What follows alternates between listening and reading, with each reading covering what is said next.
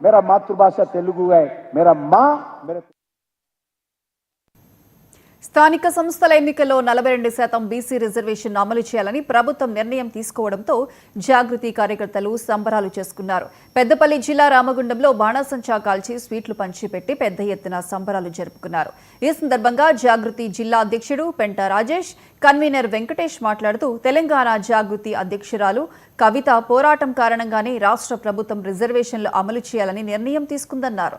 రిజర్వేషన్లు కల్పిస్తామని ప్రకటించిన రాష్ట్ర ప్రభుత్వానికి వారు కృతజ్ఞతలు తెలిపారు.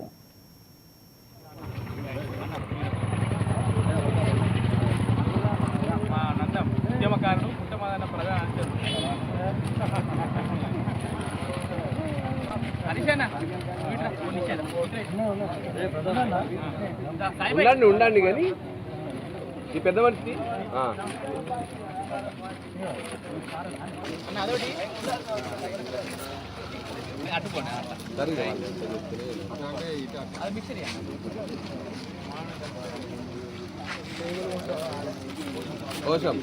ఏదైతే 6 గ్యారెంటీలను అమలు చేయకుండా అటకెక్కించిన విధంగానే మరి ఈ బీసీలకు సంబంధించిన బిల్లు కూడా వెనుకబడుతుందన్న ఉద్దేశంతో తెలంగాణ జాగృతి ఆధ్వర్యంలో బీసీలకు సంబంధించిన ఈ బిల్లును అమలు పరచడం కోసం గత సంవత్సరంన్నర కాలంగా మా అభిమాన నాయకురాలు కల్వకుంట్ల కవితక్క గారు ప్రతి జిల్లాలో రౌండ్ టేబుల్ సమావేశాలు ఏర్పాటు చేసి సుమారు 70కి పైగా బీసీ కులాలన్నింటినీ కూడా చిన్న పెద్ద కులాలన్నింటినీ కూడా ఏకం చేసి ఒకే వేదిక మీదకి తీసుకువచ్చి అందరి అభిప్రాయాలను తీసుకొని మరి సంఘటితంగా ఈ యొక్క బిల్లు ఆమోదం అయ్యేందుకు మరి ప్రతి నిత్యం ప్రతి క్షణం ఆమె పోరాటం చేసింది. ఆ విషయం మీకు అందరికీ తెలిసిందే.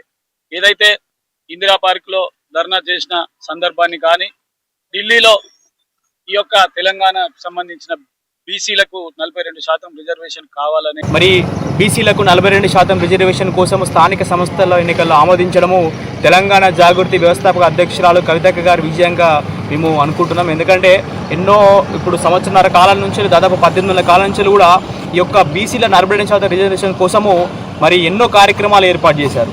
మేధావుల సంఘాలతోటి తర్వాత రౌండ్ టేబుల్ ఏర్పాటు చేసి ప్రతి ఒక్క జిల్లాలో కూడా ప్రతి ఒక్క మేధావుల్ని మరి వారిని ఐక్యతగా మరి ముందుకు తీసుకొచ్చి ఈరోజు విజయం సాధించడము వారి యొక్క మరి కృషికి మరి ఫలితం అని చెప్పి తెలియజేస్తున్నాం. అట్లాగే ఏదైతే ప్రభుత్వం ఏర్పాటు చేసిన డెడికేషన్ కమిటీ ఏదైతే ఉందో త్వరలో కవితక్క గారు దానికి నివేదిక కూడా సమర్పించనున్నారు.